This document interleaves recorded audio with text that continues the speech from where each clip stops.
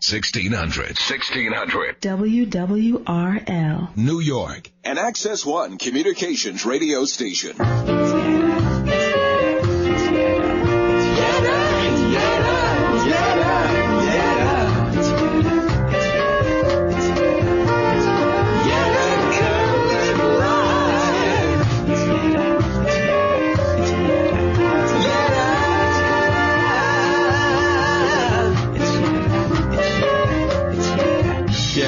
Yetta Kurland's on the air. It's Yetta Kurland live. Yetta Kurland, listen in. Good evening, everybody, and welcome to this week's edition of Yetta Kurland Live. It's going to be a great show. I'm your host, Yetta Kurland. Tonight, we'll be talking with New York City mayoral candidate Sal Albanese, along with filmmaker Antonino D'Ambrosio, poet Staceyann Chin, and activist Winnie Wong, along with Damien Crisp. I first want to thank our media partners, Go Magazine, Labor Press, the Soho Journal, Westview News, and the new Civil Rights Movement for helping make this show happen. You can pick up a copy of the Westview News at 69 Charles Street. Check out Go Magazine at your local newsstand or at gomag.com. City and State New York is online at cityandstateny.com. The Soho Journal at sohojournal.com. The New Civil Rights Movement at thenewcivilrightsmovement.com. And Labor Press is at laborpress.org. Also, you can listen to us live stream at WWRL1600.com, and please join us on Facebook at Yetta Kurland Live or on Twitter at Yetta Kurland, and check us out on the Huffington Post at huffingtonpost.com/Yetta. This week in the news, Washington took huge steps towards immigration reform in America.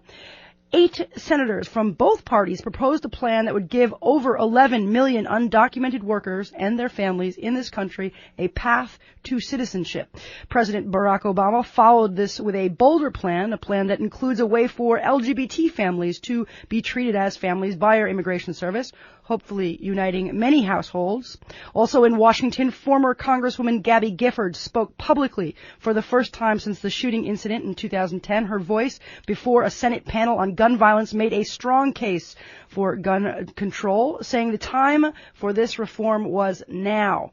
The Boy Scouts of America ended its long-standing national policy this week of excluding gay scouts and leaders from its programs. However, it appears that local troops will still be permitted to discriminate against children in their communities. Be interesting to listen in on conversations about how that would be decided.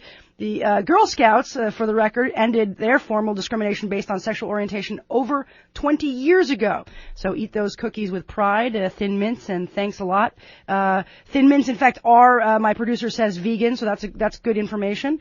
Here in New York, mayoral candidates from both parties spoke tonight about their visions for education in the city at the Council of School Supervisors and Administrators Forum. It was at Baruch College tonight. Celeste Katz, using witty alliteration, referred to it as, quote, another fireworks-free forum.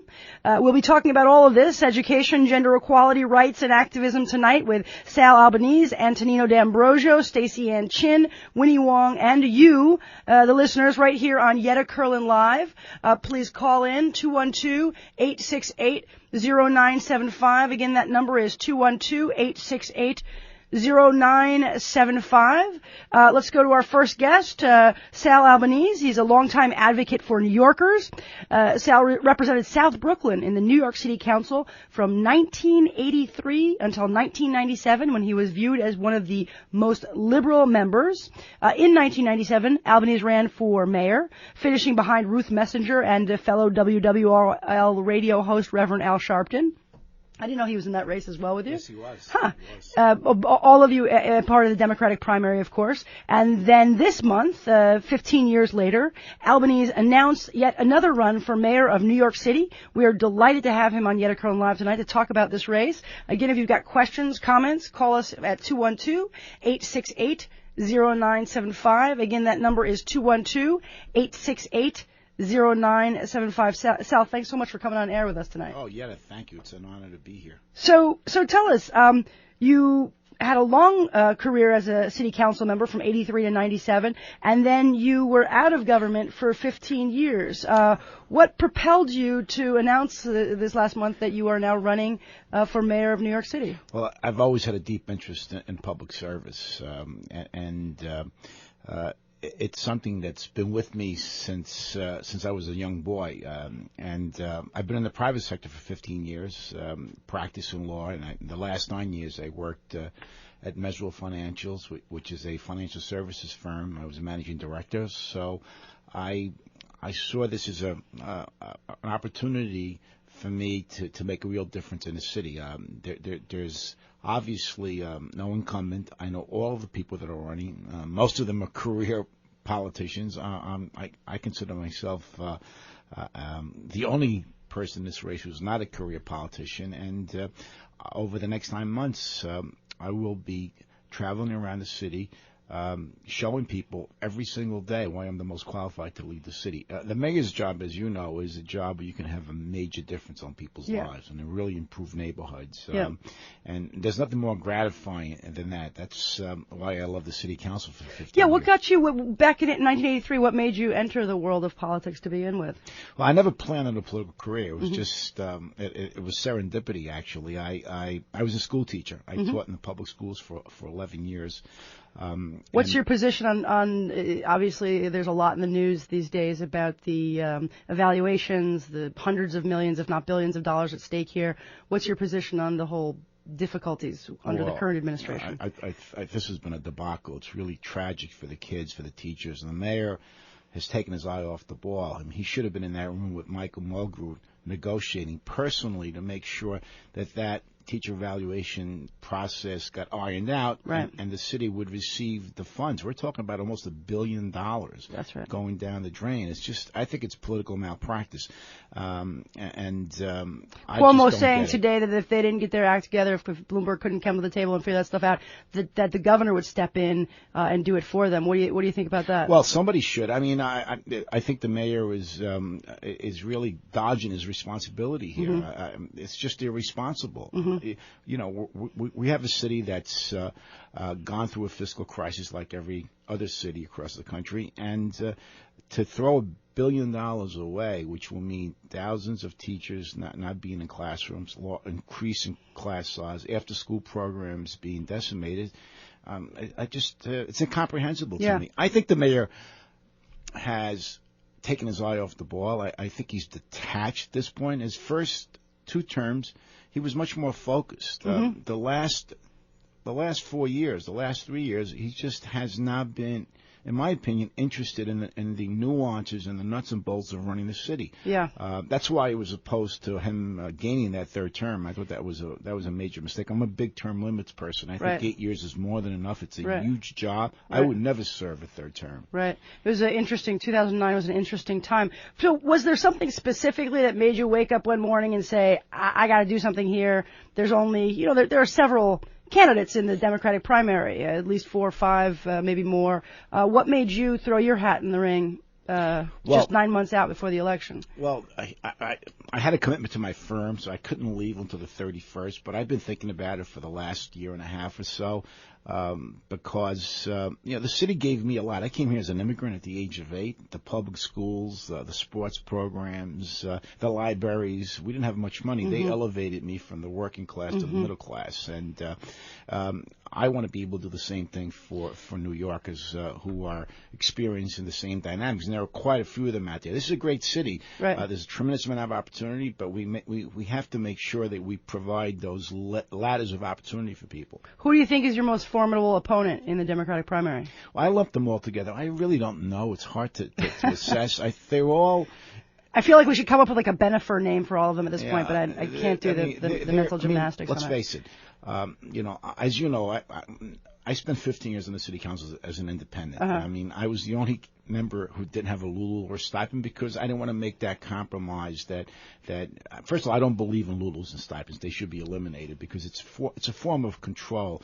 So I was never part of the political class. I mean, all of the candidates that are running are part of this political class that I think is out of touch with ordinary voters. I mean, some of them have been in politics their entire life. Some of them have been, political operatives for their entire life. You just look at their record. I mean, I believe that the political system is quasi-dysfunctional, and I think they epitomize that. And people care about who the mayor is, and when they start comparing records, as we begin to gain traction and pickups, we're beginning to raise some money now. Yeah, let me actually jump in on that. You know, and to be a little bit of a devil's advocate. So you're 9 months out. It might be June actually. We actually don't know if the Democratic primary is going to be in June, July, August, September.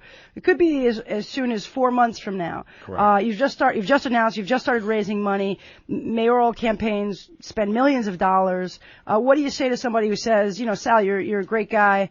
You're just not going to be able to pull it together in 4 months, 6 months, 9 months? Well, it's a valid question.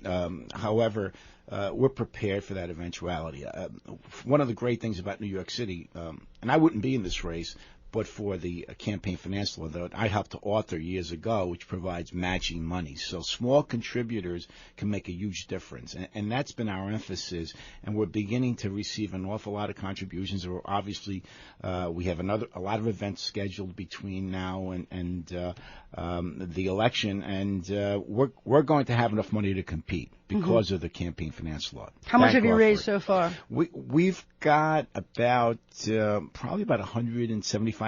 Oh yeah. Yeah, I lent the campaign money as well, and as I said, we've got a lot of fundraising events over the next month. And as you know, there's a 6-to-1 match. That's right. And everyone is capped at $6 million. So even though these folks have raised a lot of money, they've been campaigning for a couple of years, and the problem is not the problem. They can't spend more than $6 million.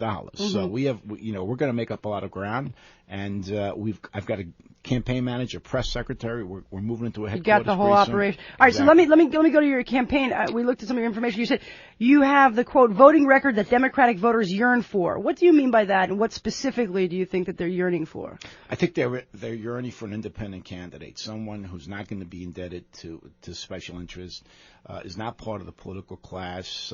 I think most people are sick of politics as usual, and my opponents all represent politics as usual.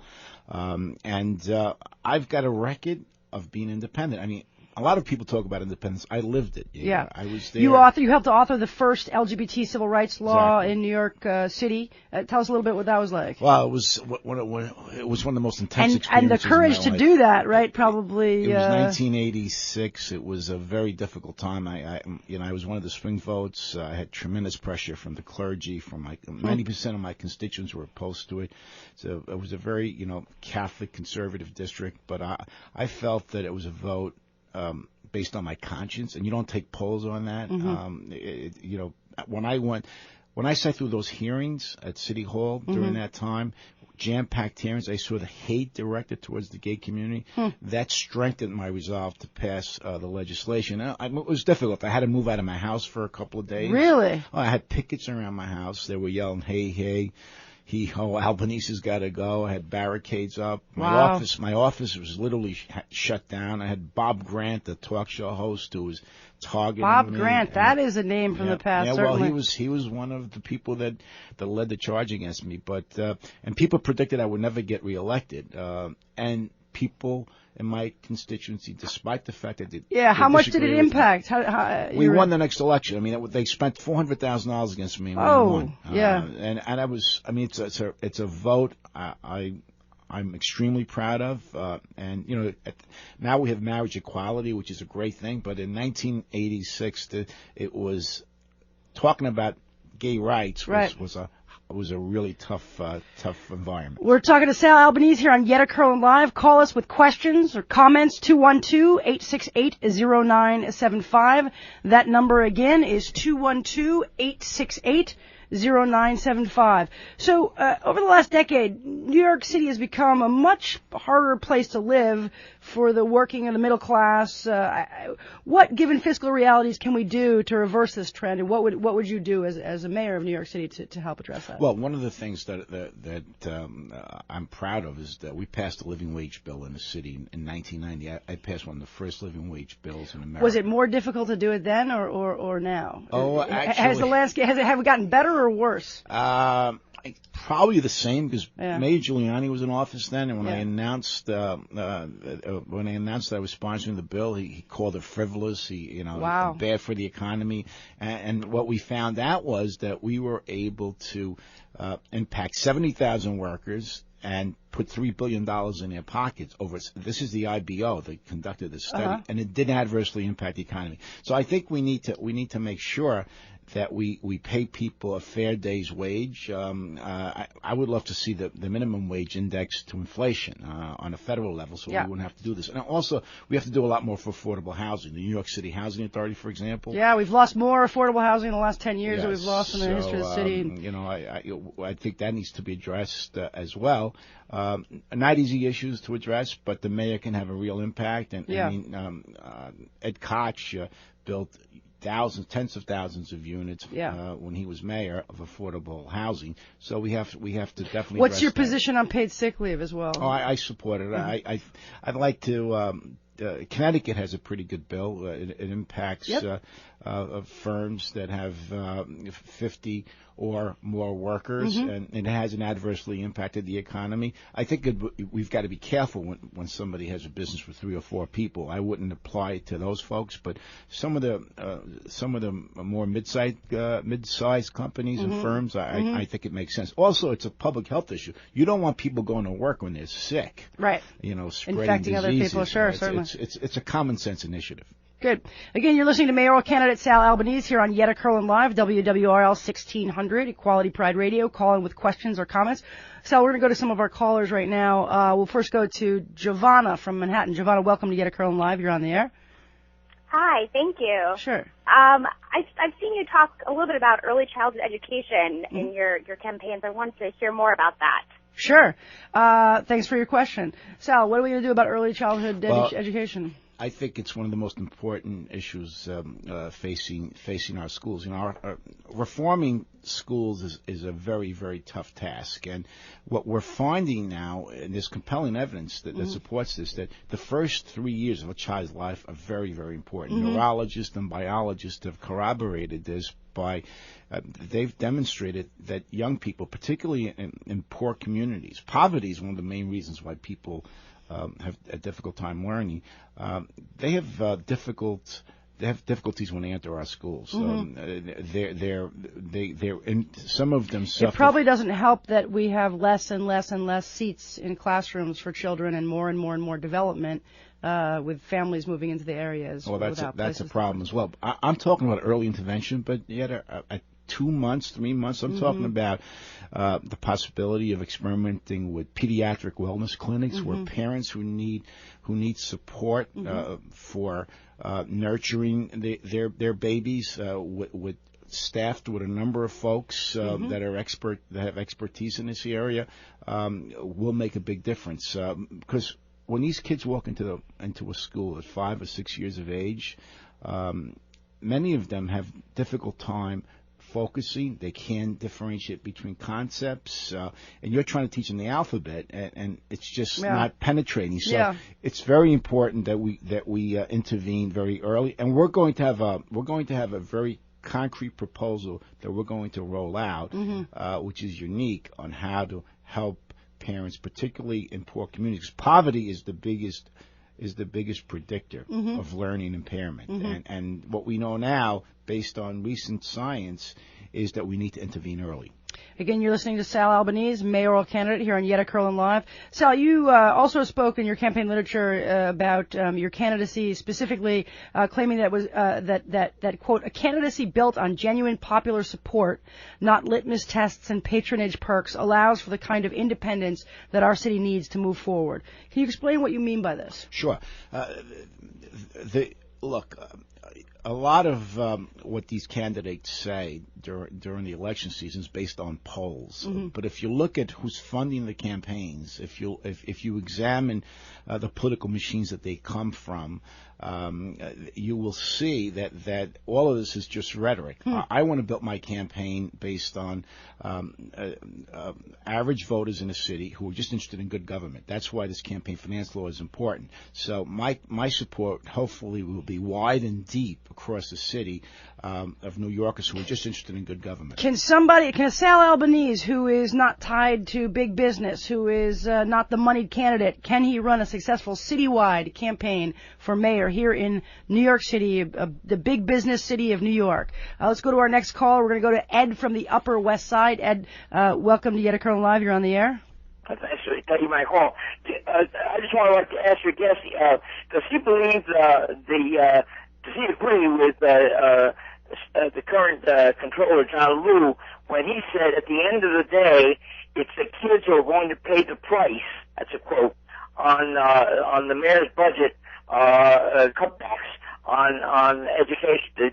Do you agree with the controller, John Liu? Absolutely, I definitely agree. I mean, that's obviously the case because it's the kids that are going to be impacted, and also the teachers will be impacted. I mean, as I said, I was a classroom teacher, so I know what it's like to walk into a classroom with 35 students. It impacts your ability to really reach all of the kids. And by the way, I'm pro-business. I'm not anti-business. Yeah. I come from the private sector.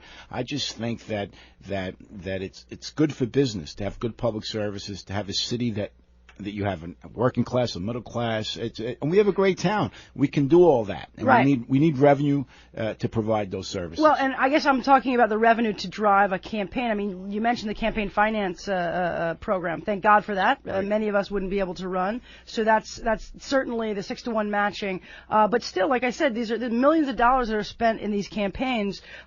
Does money drive politics? At the end of the day, do you need that kind of money to really run a viable campaign to get your message out? Are you doing anything in terms of social media, new media, yes, in terms of outreach to folks? And is that one way that you're able to also make inroads? Absolutely. We have a very active social media campaign. We have, I'm surrounded by some young people who are really very savvy about social media, Facebook and Twitter, and we're doing all of that. They That's speak essential. a totally different language. Exactly. Sal. I can't relate it's to incredible. it. Yeah. I can't relate. It means something. Well, you're much younger than I am. I pretend that I understand. I use words like new media and social media. I'm going to try to. We have just a few minutes left, so we got a bunch of callers. So let me try to get through a few of them. We're going to go to Doug from the Upper East Side. Doug, welcome to Yetta Kurland Live. You're on the air.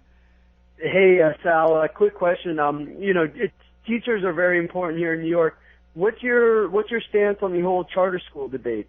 Uh-huh. Well, I don't have a problem with charter schools. I think that they serve as a vehicle for experimenting with new ideas in education, and that's positive. But let's face it, you're tinkering around the margins. I mean, 30,000, 40,000 students are in charter schools, and some of them do well, and some of them don't, like the public schools. We have 1 million.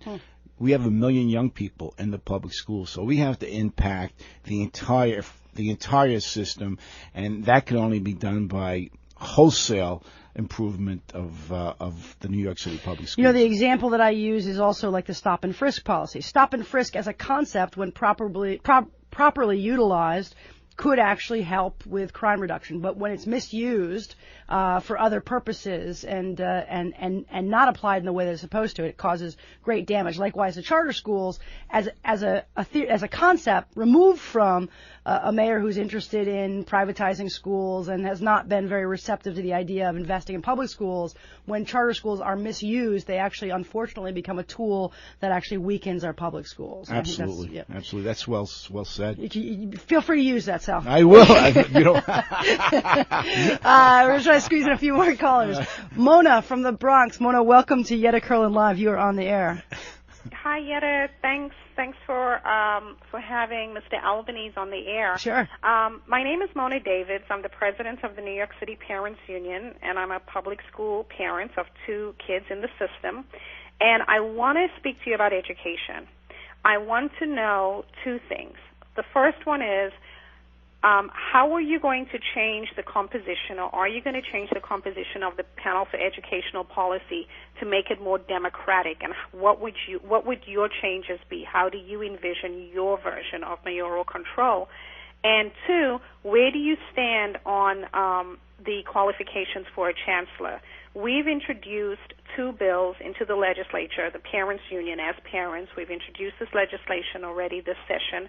One is to change the composition of the PEP, and the second one is to abolish the waiver. So as a potential mayor of New York City, I'd like to know where you stand on those 2 issues. Well, as the mayor of New York City, I want to be accountable for education because that's essential. We have to fix responsibility with someone, and I was around, as you know, for a long time as a school teacher, as a school board member, and I saw the dysfunctionality that we had in place before, where nobody was accountable for anything. So we may not like this mayor's philosophy, and I certainly disagree with him on education on a number of fronts, but at least we know who's responsible, and we'll just vote for him or against him. In terms of the parental involvement, what I'd like to do is to ensure that principals are evaluated based on how proactive they are in having parents involved in their schools, how they facilitate that. In terms of the educational priorities, the panel that the mayor has in place, I'd love to see that composed of parents who have children in the public schools who can be sort of a listening post for the mayor and for the chancellor with their ear to the ground to really give us an assessment of how things are working on a ground level in our schools. As far as the chancellor selection goes, the first thing I'm going to look for is somebody who understands education, who's actually been in a school, worked in a school, and someone who has administrative experience and has a vision. Those are the things I'm going to be looking for. I think it's essential to have someone who's actually taught, been an administrator, been a principal, knows what's going on in our schools and can relate. Incidentally, the CSA forum was tonight. Were you invited to speak at that? I was not. Neither was Joe Loader and some of the other candidates. That's true. Well, we don't know if he was invited or not. It'd be interesting to know. I'm told that the CSA has. Well, they told us that they set the candidates weeks ago before I even announced. So you announced after the forum. I don't understand why they were not flexible. It's kind of odd. I'm the only teacher that's running. I mean, I have 11 years. I mean, I really have a lot of ideas about our schools, and to be excluded from that kind of forum was disappointing. But I understand. How long ago did you announce? 3 weeks ago. Okay. I'm going to try to squeeze in just one more call. We have a bunch of callers. We're going to take a break in a moment. Please hold tight. We will get to your calls. I'm going to try to squeeze in one more caller before we go to our break. Tom from Queens. Tom, welcome to Yetta Kurland Live. You're on the air. Yes. Mr. Albanese, are you prepared to handle superstorms like Sandy that might be coming up in the future? Great question. And what would you do about flooding in Lower Manhattan? Fantastic question. That's a great question, and I've been critical on the campaign trail of the lack of preparation by policymakers around Sandy. I mean, we've been warned about this for the last 10 years. Not a hearing was held.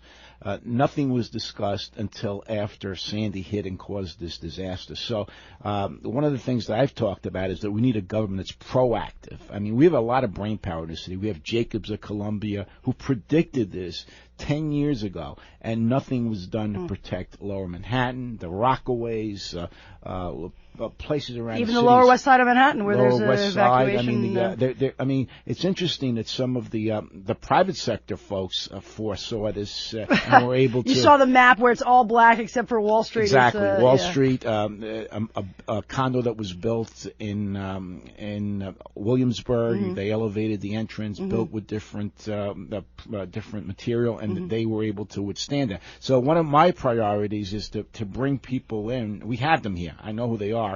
And begin to plan for the next storm. I think Lower Manhattan has to be protected, and there are things that we can do. We have to protect our subway system. We have to protect our infrastructure. This is unacceptable. I mean, Manhattan is almost at the same level as New Orleans. We have to prepare, and there are things that we can do. We have to explore all options. Great. Well, Sal, thank you so much for coming on the show. Good luck to you in your campaign. Thanks, keep us Yetta. posted. We'll have you back on here at some point in the future, hopefully. We're going to take a short break, and when we come back, we'll be talking to Antonino D'Ambrosio and Staceyann Chin here on Yetta Kurland Live. I'm always proud to be a New Yorker. WWRL, sharing and celebrating the LGBT community's ideas, energy, and accomplishments. But tonight, I am especially proud to be a New Yorker. 1600 WWRL 1600 Talk that's changing New York. My poems, my pen, is the only place that I feel powerful. The only place I feel I still have my voice. That voice that has not been lent to anyone, sold to anyone, promised to anyone in terms of its view. You know, the works of Arundhati Roy, the works of Edwidge Danticat, the work of Walter Mosley, the work of so many of these people, Suhair Hamad, that I admire so much. It is because I can see that they are seeing and saying what people are feeling, and they are seeing and saying in dissent of what the media would love to have us believe. You're listening to a clip just then from Staceyann Chin from the movie Let Fury Have the Hour. I am delighted to welcome our two next guests, Antonino D'Ambrosio. He's a writer, filmmaker, and visual artist. We've had the pleasure of having him a few times here on Yetta Kurland Live in the past. His film Let Fury Have the Hour has continued to get attention and turn heads. We're delighted to have him on tonight to talk about it and other exciting developments. Also with us is Staceyann Chin. She is a spoken word poet, performing artist, and LGBT rights activist, incredible poet. Born in Jamaica, Chin's work includes feminist activism, the immigrant experience in America, and a rousing call for justice. It is an honor to have her on Yetta Kurland Live tonight. Antonino, Staceyann, and I were all part of a piece in this month's issue of The Nation, which focused on creative response entitled We Own the Future. It's a stunning cover piece designed by none other than Shepard Fairey. We'll be talking about this piece, about activism and creative response tonight. Please call in with questions or comments for Antonino or Staceyann, 212-868-0975. Again, that number is 212-868-0975. Antonino, Staceyann, thank you so much for coming on Yetta Kurland Live tonight. Great to be here. And Staceyann is calling in all the way from Jamaica, is that correct? Yes, so if I'm a little far away, you can know why. We hear you for sure. And you know, it was, Antonino, what a great cover story, this Nation piece. I just, you were kind enough to bring me an actual, I saw it online. I haven't seen it in the flesh until tonight. So, you know, if I do say so, it looks beautiful. What was the background to this piece? How did it come into fruition? And well, Staceyann, of course, has a piece in here as well. Beautiful piece. Yeah, Hello, yeah. Staceyann. How are you? Nice to. Hi, Antonino. How are you? Well, you know, I'm close with The Nation. I'd worked there many years ago, and then throughout my career, I've written a number of pieces for them. And Katrina and I got a chance to speak about what I was up to, and she loved this idea of creative response, and in particular, the take of the movement rejecting cynicism and looking for something new to bring people together and create and establish a expanding democracy. And so I always had this idea of that this idea of creative response is rooted in being for, not against. Uh-huh. So I wanted to put this very, very positive, hopeful spin on what we were doing called We Own the Future. And, of course, I loved working with you, and Staceyann Chin has just been an inspiration to me and also an amazing part of my film. And, of course, she had to be part of it. And then, you know, Billy Bragg, musician Billy Bragg, DJ Spooky, of course, Edwidge Danticat is also another inspiration. It's an incredible cross-section of different people, men, women, gay, straight, different races and ways of being. And you just did this incredible job where I feel like the movie came out of the screen and onto the pages of The Nation. So I like that you're using different mediums to do this. And obviously, Stacey, you are a spoken word performer and poet. How did you get involved in this project? And what was it like writing this piece with Antonino for The Nation? I think being a part of the film was an amazing opportunity. You know, they came to my house and talked to me in my living room and talked to me about, you know, how it was that I became a voice that was a voice of resistance. I suppose in some areas that might be true. Working on the Nation piece was astounding. You know, I love The Nation.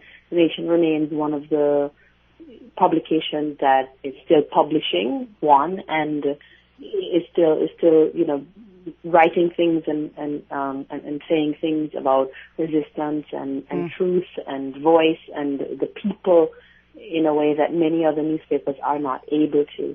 So I am proud and honored and just happy to be involved in anything that The Nation does. But this piece, I love the title of the film, Let Fury Have Its Hour. I mean, we are in a time and a place where everyone is cautioning against anger, is cautioning against any kind of loud, any kind of resounding, any kind of passionate response. And I love that this piece in the Nation was on the cover, and it was loud and it's beautiful, and I love that the film was all about this kind of response, legitimizing the anger that I think is necessary for pushing the government to change, for pushing the people to change, for pushing ourselves to change into something better, something more amazing, something more passionate, something more true. It's powerful, and it's easy to criticize the negativity of the right, but to actually manifest something in this positive way of visualizing. The title, "We Own the Future." Antonino,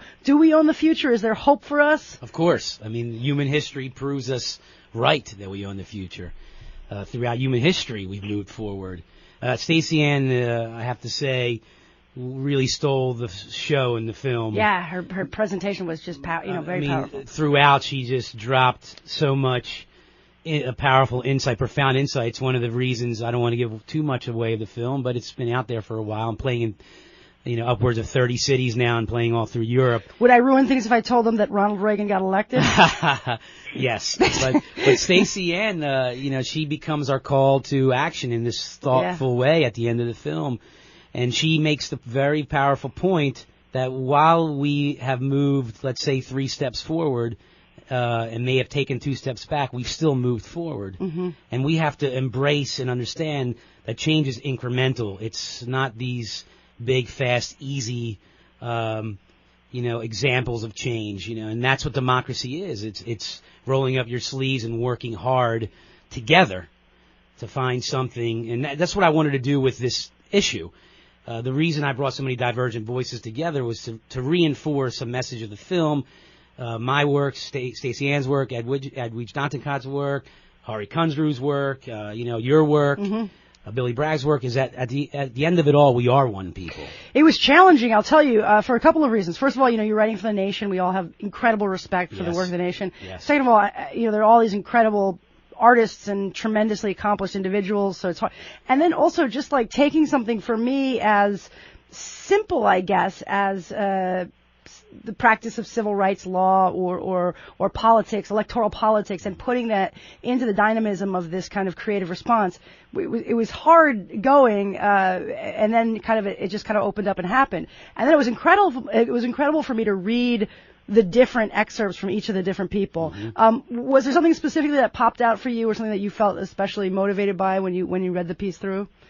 I think that everyone, Staceyann's piece, since we have her here, every piece has this very intimate feel to it, and I really wanted that to be part of the tone of the entire issue, because that's so much sometimes restricted and suppressed.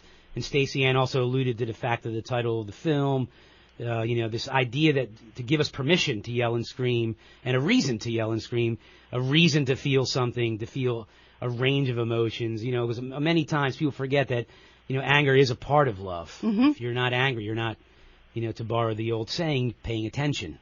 Stacey, let me ask you a question. There was something about the delicateness and the fragility of what we were talking about, what you were talking about, the film was talking about in terms of the Reagan era and the kind of repression of that time. Have we moved forward? Have we accomplished something? We've seen that advent since the film of the Occupy Wall Street movement.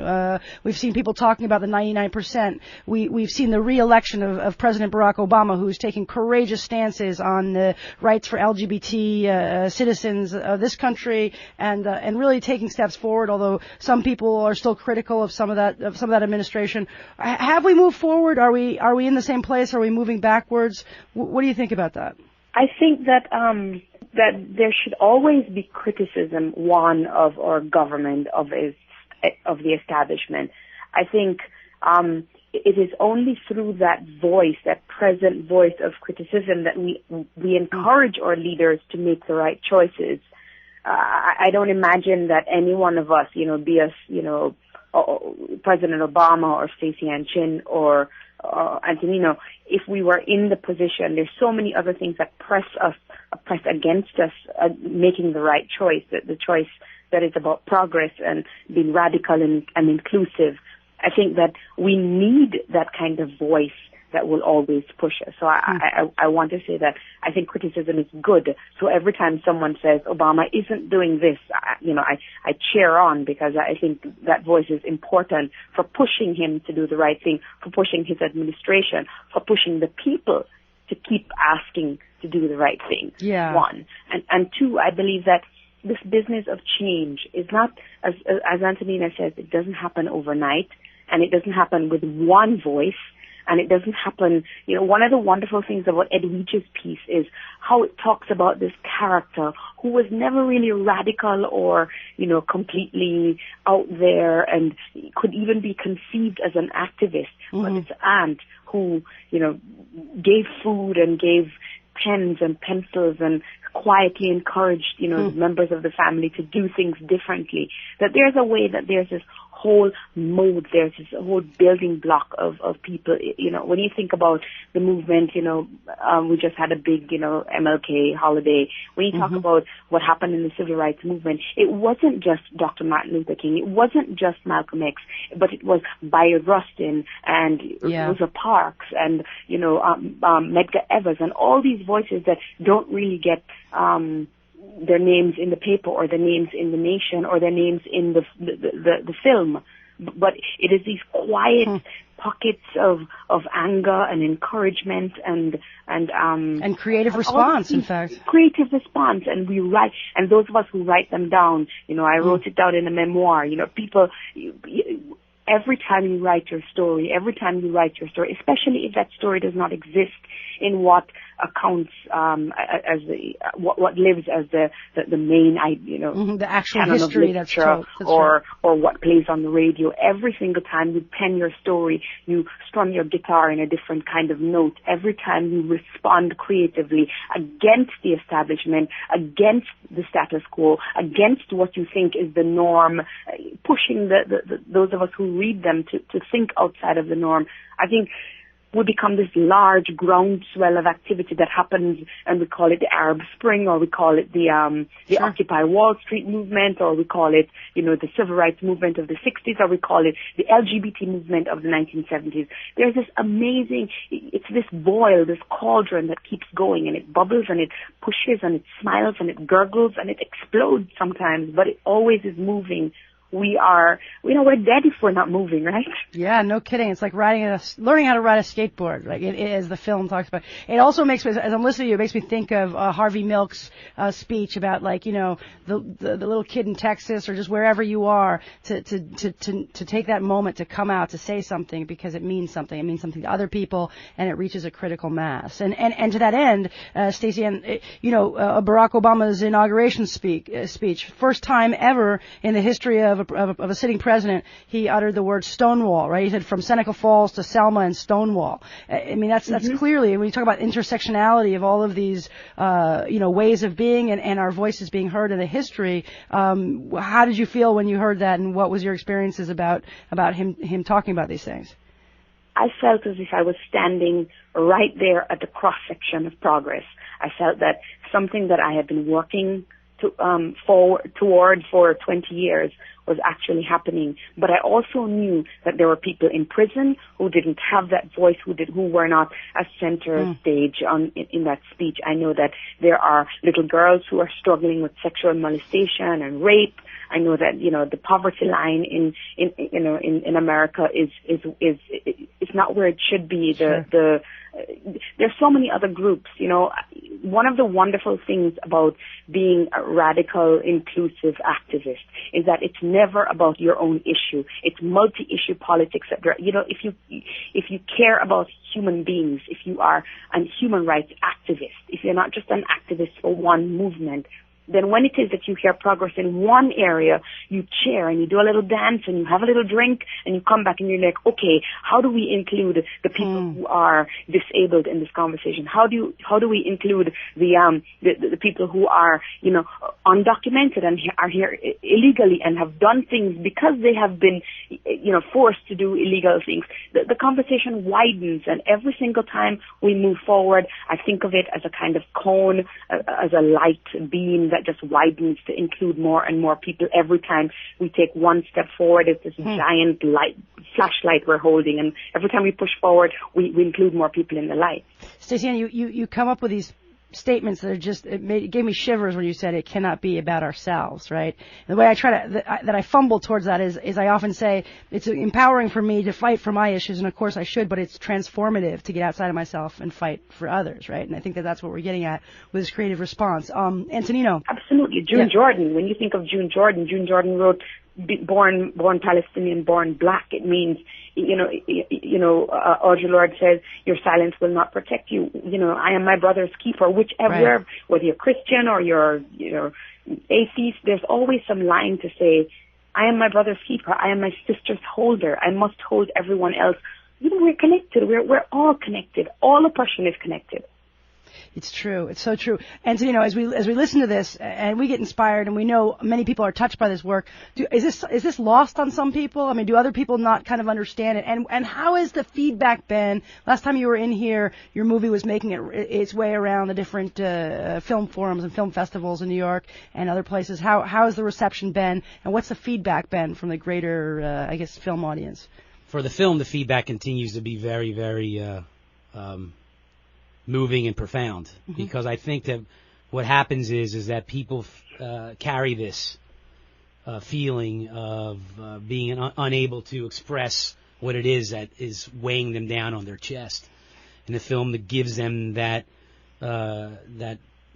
permission to feel that there's something not quite right here, and to really echo everything that Staceyann said, and you could see why I asked to be part of the nation and part of the film, is that this is about humanity, and what I mean by that is that democracy at its essential, and it's not even that radical of an idea, requires active participation. Right. And what the film does, and what this issue I really wanted it to do, that's why I say we own the future, is to do three things: to remind, to rouse, and to respond. To remind us that it is incumbent upon us to look at another, to put ourselves in the place of another. Yeah.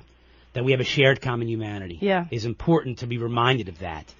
To rouse our common historical imagination, to see that that we are all agents of an evolving planet and evolving history, and to respond in any way that we can creatively, and it could be in any way from Staceyann sharing her beautiful memoir and her story, to what you're doing in politics, to what DJ Spooky was doing in the Antarctic and with his compositions, which was really brilliant.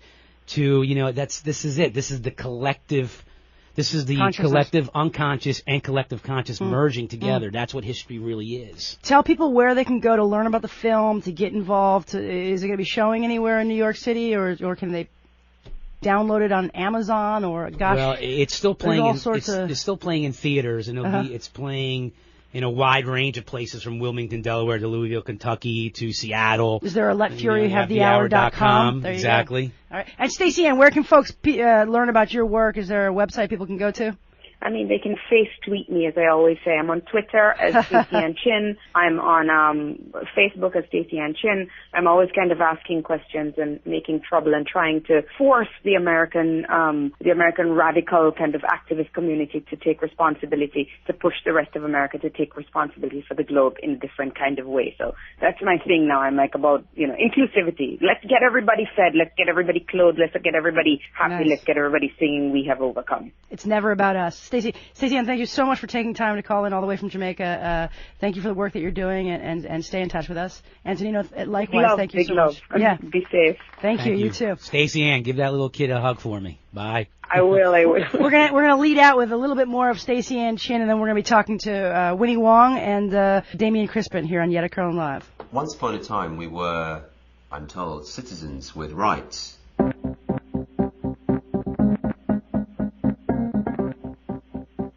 Margaret Thatcher came to power and she began to break down the sense of collective provision. When I really sort of discovered my underlying ideology was definitely during the Reagan and Thatcher era. That was the time of this insane individualism. If you didn't do it, it was your failure. You don't stay in power by convincing people that your system is the answer. You stay in power by convincing people that there is no alternative. And what do artists and writers and musicians do except dream of other ways of doing stuff? The people on the outside understand the system much better than the people on the inside. Was really affected by music. I saw the connection between the music and what was happening in America at the time. We said we're going to try to do a little bit about it, and then a lot about it after.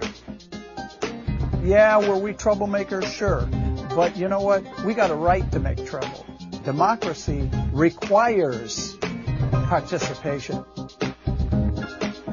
We all pay for not stepping in line, but we pay when we step in line as well. We are listening to Let Fury Have the Hour. Check it out, letfuryhavethehour.com. And our last little segment here, I wanted to take some time for our listeners to learn about what's going on with Occupy Sandy. There's some exciting stuff coming up. And I have been joined by Winnie, Wong, and Damien Crisp here in Yetta Kurland Live, both activists from the Occupy Sandy movement, among other things. And they're going to update us a little bit on an important event this weekend. Winnie, Damien, thanks for coming in studio with us tonight. Thank you. Thank you for having us. Of course. Damien, what's going on this weekend? Give us a little update. Oh, this weekend at 520 in Clinton Hill. That's 520 Clinton Avenue. It's in Brooklyn, New York. It's Brooklyn, New York. We call it 520 in Occupy Sandy. It was one of the center hubs that we had that fed out into the impacted areas. I remember the photos that came out when all of it was happening. They're gorgeous. I mean, it was just like the giant heavenly. Yes. Yeah, just piles of food and supplies and beautiful lighting. It was a wonder to see. So it was so we had a great working relationship there with the fathers. And of course there was a fire there. They are remodeling right now. They're going to put that on hold for this weekend. We're going to have a 3-day conference. The idea is to empower the grassroots, to empower grassroots organizations, and also bring in residents from the communities to come in. The overall focus is to come away with a statement that everyone has created, sort of collaboratively throughout the workshops. Yeah.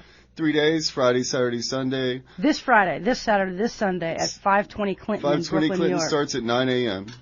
9 a.m. until how late every day? 9 a.m., then we've got dinner served at 7, and then at 8 we'll have entertainment every night. Wow, what kind of entertainment? We're going to have, so far, mostly hip-hop. Uh-huh. For the most part. That's great. Yeah. That's great.